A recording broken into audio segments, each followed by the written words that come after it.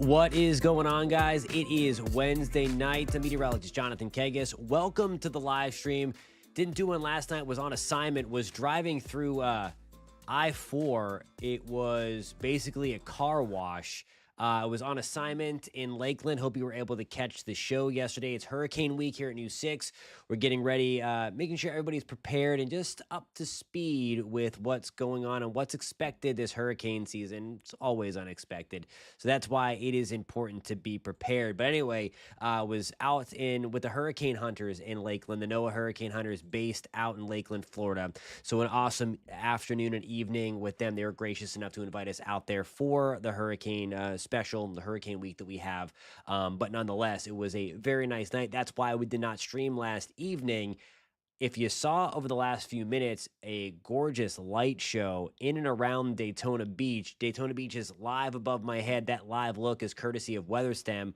Holopaw is hanging out below me in the Brady Bunch box. Welcome, guys. If you're tuning in on News 6, clickorlando.com. Do me a favor, post in the comments where you're tuning in from. If you got that push alert, there's a little box, live stream box. You can type in your name. And your name's already there, I guess. You can type in any comments, questions, what have you in that box. If you're watching on YouTube, shout out to the growing number of people that are watching. Post in the comments where you're tuning in from. Of course, any questions, comments, I welcome them all. Post them in the comments for me. A lot to get to tonight. First and foremost, we are going to be talking about the storms that are on the radar right now. So we're going to get to that. Then we're going to get into the storms that are coming tomorrow in Central Florida. I do think they're going to be, that was crazy. This is going to be a big time squirrel moment for me during this with the lightning. This is the first live stream of the season that we've had active lightning. It's a sign of the times. We are getting back into the wet season. Where was I? Oh, yeah, what we're talking about. So we're going to break down, again, the storm threat for tomorrow. I think it's a little more intense, a little more widespread, kind of more similar to what we saw last evening. And then we're going to talk about the tropics. I know. Hurricane season starts on June 1st. There's a lot of stuff out there on the social media thing. This time, though, it's warranted. We talked at length in May, and this is going to be my little spiel before we get into what's going on out there right now. We talked a lot in May that there are people posting online those phantom runs of the GFS model. It's a bias in May that throws off a major hurricane in the Gulf. It does it every single year. We told you on the live stream, don't pay attention to those. That is garbage, straight up trash. This time, though, it's warranted. I still don't want you to look at the single model runs yet. We're still way out into the future, but we're going to talk about the tropics on what you should be looking at and the potential for some development as we get towards the second week of June. Again, we're not even in June yet. We'll talk about what you need to know. Okay, so first and foremost, everywhere else is pretty quiet. Brevard County has some light showers. A lone lightning strike just north of Port St. John. The big stuff and the lone kind of nasty thunderstorm. This is going to be right around Port Orange. So the camera that you see there above my head that's in Daytona Beach, we are looking at this cell right now. A lot of lightning in and around Halifax Estate, South Daytona, Port Orange, Allendale, Harbor Oaks. This is just north of Ponce Inlet, by the way. Some purple popping up, maybe some small hail in this guy. But at the very least, very, very heavy rain in this frame, in that square frame that you see on the screen right now, wherever you may be watching. 32 strikes in the last 15 minutes. So a decently electrified storm tonight. We'll put this into motion for you as this slides its way off the coast. Again, there's not much longer for the rain leaving the speedway, moving through South Daytona, Port Orange. This is leaving us alone, and that's going to continue over the next 30, 40 minutes, and then this one's completely off the coast. We have a few extra, little bit of development in a way. Lake Helen, Casadega area, that's just east of you. That will continue to go east. So heads up, New Smyrna, Edgewater, we might start to see development materialize over the next hour as this last gasp of this evening's thunderstorms kind of leaves us. We're going to take a look at the rainfall here. Let's go the 12-hour rain, so just have it on what we had today. And again, certainly not as prolific as what we had last night. It wasn't expected to be. Now, tomorrow, I think we're going to see that uptick again in activity and intensity. Let me turn the lightning off so we can see what we're looking at. Ormond Beach today, about an inch, almost an inch in Port Orange. We had the heaviest rain today. Boy, around Lakeland, we had some heavier stuff around Port St. John earlier today as well. We'll take the Dabber back out, East Orange County, just over the Brevard County line. About an inch, maybe inch and a half of rain with those storms that came on through.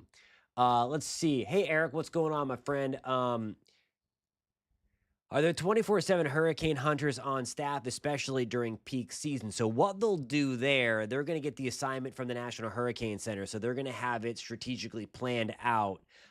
They will be working around the clock. There are two big planes that fly through the systems, Kermit on the NOAA side, Miss Piggy on the NOAA side. They have some funny names named after Muppets. So they are running every other shift or every other run. And then the Air Force also has a branch of hurricane hunters that also are going. So they're going to have set schedules. Certainly, they are working a lot more if there are storms out there, especially if there are multiple storms that need missions into them so that we can get that better data. So some really, really cool stuff. They play a super important job, super important role in hurricane forecasting. Okay, so for tomorrow, we have a level 1 out of 5 risk. Again, it's that quote unquote marginal risk. Look at that lightning above my head. Holy cow. Daytona Beach putting on a show tonight again. That is that cell here. Let me go back to it just real quick. Highly little electrified guy. I'll turn back the radar. I talk to myself whenever I do this. I'll let you know what we're playing with. We have a really, really awesome radar system here at News 6, and we can just turn on the lightning, turn off the lightning so that we can see what's actually going on with the storm. But there are all the lightning strikes, again, on and off the coast associated with that storm in and around Daytona Beach. So if it's loud in Daytona, do I have anybody tuning in from Volusia County tonight? Post in the comments whether you're on clickorlando.com or on YouTube. If you're watching from Volusia County, especially under this guy here that is lighting up the skies, and certainly it is loud in Port Orange and South Daytona. Maybe not as much. Certainly you can see the light show from Daytona Beach. We can see that there right above my head. But post in the comments if I have anybody watching from Volusia County. Also, if you're finding this helpful tonight, I can't get enough of that. Do me a favor, hit a thumbs up if you're watching on YouTube. This posts, this allows YouTube to share this with more people. If you are tuning in and you hit that thumbs up button, it lets them know that it's quality content. So if you find that this is quality content, and I hope you do, hit that thumbs up button for me. It does help us out a lot. I want to let people know, especially as we're getting into hurricane season, that this is a station you can trust. This is a stream you can trust. And I tell it like it is. If you are new here, I tell it like it is. I'll call garbage garbage. That's what we do here at the 10 o'clock stream. Okay, so enough about that little storm. Let's talk about tomorrow. So here is that risk area again for tomorrow, level 1 out of 5 marginal risk, meaning that it's not like going to be an outbreak per se. There's enough juice in the atmosphere to get some rowdy storms going tomorrow. And we're going to be looking for potential for several strong thunderstorms throughout most of Central Florida tomorrow. So especially from the Osceola Orange County line and north, that's going to be the best chance to see those strong thunderstorms once we get in the day tomorrow. Thank you guys for the likes. I saw the hearts going up. I appreciate you. I appreciate that a ton. As far as the timeline, of course, if you got the push alert on clickorlando.com, then you know the timeline is what we're going to talk about. So 9-10 minutes in as I ramble here, talk about some of the storms going on now and finally getting to the timeline. And by the way, here's another tangent. Again, as this stream is just a couple months old, as we have people kind of joining our stream, refining it for the first time, you guys drive this. We go on a lot of tangents here. Certainly, I'm going to make sure you guys know the timeline, the storms, if there are any out there to plan your day. That is critical to me to get you to that information. But if again, you guys drive the stream. So if you want to talk about a tornado out in Colorado, we can talk about that, or something going on around the world. Post it in the comments. You drive the ship here. I steer the ship. whatever that saying is. We're just here to have a good time, talk weather, and of course, make sure you know how to plan your day for the next tomorrow and the next couple of days. All right.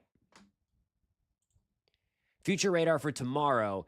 There we go. Getting a little rowdy. There's 3 to 4 o'clock, especially along I-75 to start. So there we go. Some nasty storms in Sumter County, Lake County, Polk County. Watching you guys close tomorrow. Of course, we're all going to be here. We're going to be sending updates as these storms pop and get rowdy. So look for that. And then you see it push it towards I-95. Still a few storms around I-75, but then the rock and stuff gets in between I-4 and I-75 by dinner time tomorrow. So commute time home, Palm Coast, Marineland, Daytona Beach, through Palm Bay, Melbourne, Titusville, Mims, Scottsmore. Watch out, Oak Hill. That's where we're going to see the potential for some nastier stuff again tomorrow. So going to be watching that closely as it moves through, and then we'll clear things out, and then we're going to quiet some things down. If you saw the YouTube description, hey, Ruthie, what's going on, my friend? I'm going to pull your comment over. Again, this is interactive. You set the tone, and we give you shout out. So thank you, Ruthie, for that as well. Thank you a ton for watching. I appreciate you a lot. Just after 10 o'clock on a Wednesday evening. All right, so tomorrow afternoon, rain chances sky high. We just showed you that 70% shot for rain. Temperatures really hot, sticky, low to mid 90s again inland, right around 90 degrees on the coast. One of the other things before we get into some of this the tropical stuff that's trying to pop, it's out there on social media. Believe me, we're going to talk about it. We're going to talk about a lot of the stuff that's on social media, whether it's fact or garbage. That should be a segment. I need some alliteration. Help me out here in the comments. I need either some alliteration that goes with trash or garbage. I need a positive thing that goes with trash or garbage. Good or garbage? I don't know. We're going to work on that. So if you have any suggestions, we're going to do that with model runs this year through hurricane season. So post in the comments if you're just joining us, or if you've been with us since the start of the stream. Going to have a segment, good or garbage, trash or treasure, although I don't want to use treasure because a tropical thing impacting people is never treasure. So I need a more like what I mean by positive is to go with if it's trustworthy. Trash or trustworthy. How about that? That'll be the segment. Trash or trustworthy.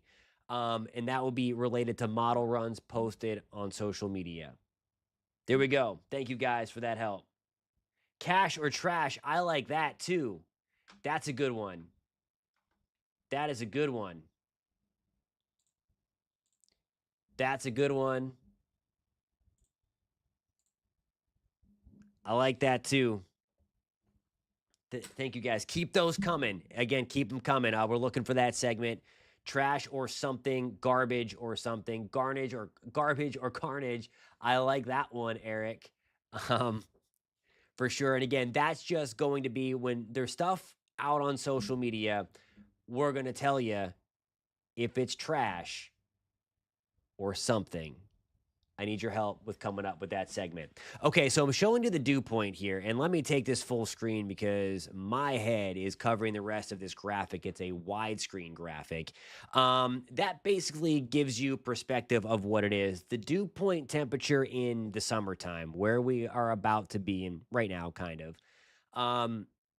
It's the most important number for your comfort. Of course, it matters what the temperature is, but when you get dew point temperatures in the mid to upper 70s, it is ugly. I mean, anything above 70 is ugly. It's that air you can wear, it's that soupy feel.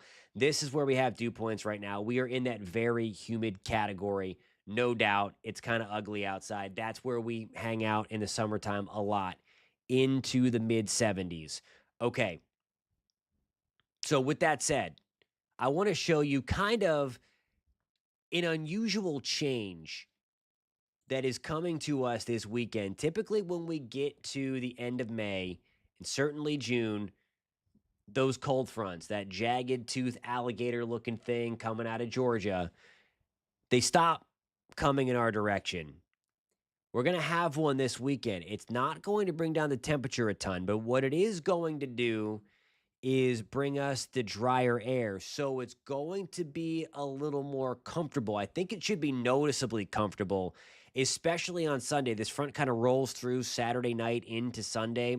So if you have plans, maybe grilling out this Sunday, it's going to be much, much better, much more comfortable anyway, compared to where we've been. I mean, I'm talking dew point temperatures in the 50s. And remember, that is much more comfortable. So let me get my head out of the way again because I have this widescreen graphic. This is going to be the dew point forecast. So this is going to be early on Saturday as the front is getting ready to come through. Notice in Gainesville, in Ocala, we're already in the 50s. That means that drier air is starting to trickle down the Florida Peninsula. Watch this. As we move forward. Whoops, I just went all the way through the graphic. Stand by. That's the 7-day forecast. Or somebody's playing with the computer. I think somebody might be playing with the computer a little bit. Or there's a ghost in the room. Okay, here we go. Dew point temperature Saturday morning, still pretty humid, right around 70 in Orlando. That's what happens on this 10 o'clock live stream. Weird stuff happens. Look at what happens as we get into Sunday. I mean, we have dew point temperatures flirting with the 40s through the I-75 corridor. So, I mean, this is window opening weather. Anywhere you see a 50 on this map, now this is the dew point temperature, not the actual temperature. It's still going to be hot on Sunday, likely the upper 80s. However, this is good stuff. This is window opening weather. This is nice and comfy. Kick the feet up. Drink in hand. Non-alcoholic, of course. Sunday evening when you're hanging out with the grill, maybe the fire pit. It says it's been pretty comfortable. This is just Florida warm. I mean, straight up, yeah, it's going to get way worse than this. We all know that if you lived around here long enough. If you're from here, no doubt, it's going to get way worse in the middle of summer. We're just getting things started. But man, take this break on Sunday. It is going to be a welcome break. Again, we got back into it. So the wet season, it's getting there, but we do have a front taking dew points out of the 70s. So it really hasn't been sustained just yet. This may be our last little bit of comfort before, like our friend just mentioned, before TNT for the segment. I like that, Kelly. That's perfect. Trashed or trustworthy, TNT. Okay, I love it. All right, so on to the tropics. Again, if you read the YouTube description, that's going to kind of tip our hand a little bit to what we talk about as well. If you're watching on clickorlando.com, on my Facebook page. By the way, that's Jonathan Kegas News 6. We're going to have kind of the topics of what we're going to break down on this live stream at 10 o'clock. So shameless plug. If you don't follow the page, I think there's a lot of good content on there. And we have that weather conversation. That's what I'm all about. Jonathan Kegas News 6. If you're on the Facebook thing, hit me up over there. Would appreciate that. Okay, so what we're looking at here is the long range deep into the tropics. This is the Climate Prediction Center tropical cyclone formation chart. Remember, tropical cyclone, a cyclone is a storm anywhere across the world. A tropical cyclone is a storm anywhere in the tropics. We know them, we know tropical cyclones, that's the umbrella. We know them in our basin as tropical depressions, tropical storms, and hurricanes. You see that little peach color there? So there's a greater than 20% chance that we do get something to develop during the week of June 11th through June 17th, somewhere in the Bay of Campeche or the Western Caribbean. Okay? So that's the outlook right there. It makes a whole lot of sense. I have to dial up something. I forgot to dial this up, but there's a method of my madness. So bear with me here as I dial up the science behind this highlight here, because that's the other thing. If you don't know me, I always I think it's critically important that we basically show the work. We don't just highlight stuff, or we don't just show Noah's highlights or things like that without showing the reason how we got to that point, because it adds, you got to have that basis. You can't just be like, okay, I think it's going to form here. Look at that lightning still going in Daytona Beach. All right, I just need to change my region on this and then pull up the model here, and then all right, wait till you see this. June 1 is hurricane season. My man Tavis is on it, right around the corner, just a couple days away. Unfortunately, we are back again, and hopeful for a much less impactful. Although it may not be, may get less storms than we had last year, but it could still be pretty impactful. So what we're looking at here is the European ensemble forecast. Okay, so I alluded to this early in the stream, if you're just joining us, that while there is a growing signal for tropical development, at this stage of the game, if you like to look at models, you want to look at the ensembles, okay? Not the actual individual model runs, because those are going to bounce back and forth. One run will be like, okay, we have a strong hurricane going to Texas. Next run, we don't have anything. Then the run after that, we may have a weak tropical storm going to Florida, just throwing out spitball and stuff. Okay, so they're going to bounce back and forth because that is so far into the future. What ensembles do, and in this case, the European, there are 51 members, just like a band ensemble, how you may have the cymbals and you may have the saxophone or the strings or whatever. In an ensemble, when we don't have a lot of data, there are different initial conditions put into those different ensemble members. When you have um, a bunch of ensembles kind of hinting at a similar solution, that gives us confidence, especially in the long range, that, okay, something is fishy here. We definitely need to keep our eye on it. We need to investigate it more. Um, so that's going to be something that it kind of raises your eyebrow. Okay, we need to be paying attention to some of the other science coming through.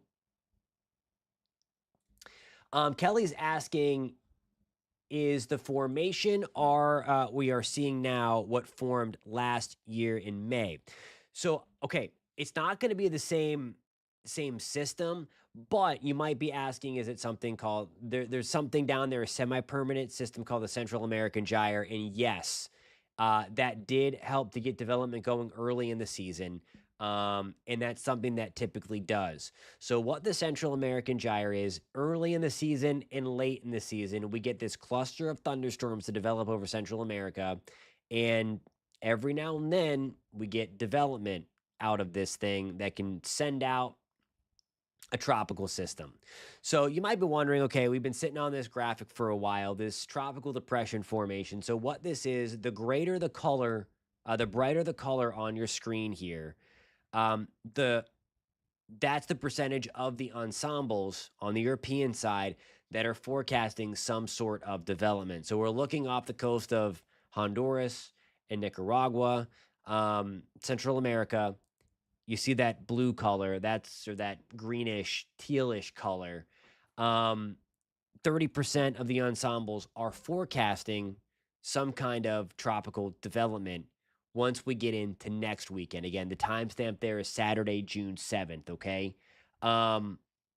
So keep that in mind, that while you might be seeing all this stuff on social media, we are still 10-ish days, give or take, away from something trying to get going, let alone something impacting something. Okay, so I can say with high confidence that at least we're going to have to watch for something, not necessarily in Florida, but just something in the Western Caribbean getting into the Gulf by the start of the second week of June. So into that maybe 9th, 10th, 11th, 12th range, in that range. Again, where the Climate Prediction Center had it, I think they're spot on with that. So let me show you now this graphic. And there's a lot going on here, okay? Let me bring out my telestrator. Okay, I'm busting out the telestrator. We're going to go John Madden style if this thing loads. Okay, there I was going to say. I lost it. What we're looking at here, and again, this is getting a little bit into this stuff, but we're hanging out. We are hanging out, talking about the weather, so we're going to nerd out about it as best we can, but it's always coming back, as if you read the story on clickorlando.com, if you're watching here, then you've seen that. It all comes back to impact. So what we're looking at here in our last couple of minutes that we are hanging out together, and thank you guys a ton for being here, is going to be the upper level divergence. I know that's a lot. Basically, where you see green, there's an anomaly of rising motion. In order to get thunderstorms, you need air to rise. Where you see the orange on the screen, that's where air is sinking. Okay. If you can't tell, and this is a hard map to kind of tell on, this is the United States right there. This is South America. There's the Caribbean. Okay. This giant thing of green, and this, by the way, is through June 11th, 2 weeks from through the second week. Through the second week is pumping up. So this is likely going to be the mechanism. This is in response to what we call the Madden-Julian oscillation. I know this is getting way out into the meteorology world, but it's basically a cluster of disturbed weather that goes around the globe every 30 to 60 days and does help to force up thunderstorms. We likely have that passing through during the second week of June, giving us that rising motion, and you see it gets even deeper green as we go into that second to third week of June. So really beyond June 10th, probably between June 10th through the 20th, I would suspect we are going to have something try and form. If there's wind shear around, it may just be strung out tropical moisture that comes in the Eastern Gulf. If we have the wind shear back off a little bit, we might have something a little more organized come through somewhere in the Caribbean into the Gulf.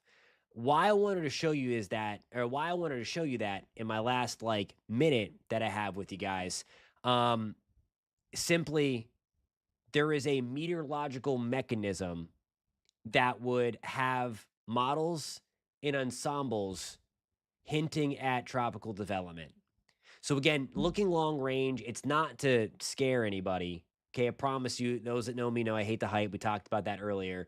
But we're going to break it down meteorologically, scientifically, so that when you see the models out there, you can tell for yourself if it's trash or if it's trustworthy. Alrighty, guys, I have to get ready to sign off. Tavis, we can get earthquakes. They're normally pretty small. There's no fault line over Florida. The closest ones to us that we typically feel the rumble are going to be down in the Caribbean, right around Puerto Rico. So it is super, super, super rare because there is no fault line on the state of Florida. And there you go. There is one of those examples of you guys are steering the ship. Okay, in the last 5 seconds, I hope you enjoyed this. Thank you guys a ton for tuning in. Post in the comments where you're tuning in from. If you're watching on YouTube, hit that thumbs up button. We are right back here tomorrow night. We're likely going to be tracking storms, and we're going to talk much more on all this tropical jazz as we get ready for the start of hurricane season on June 1st. That's tomorrow night, 10 o'clock. Thank you so much for tuning in, guys. We will see you then. Also, New 6 at 11, 30 minutes away. We're going to have the latest on the storms that are out there now near Daytona Beach and Volusia County. And then also the storms coming tomorrow, the latest data coming in as we speak. We're going to break that down. We're going to share the latest timeline. That's New 6 at 11 with me, Matt, and Ginger. We'll see you then. Be safe, guys.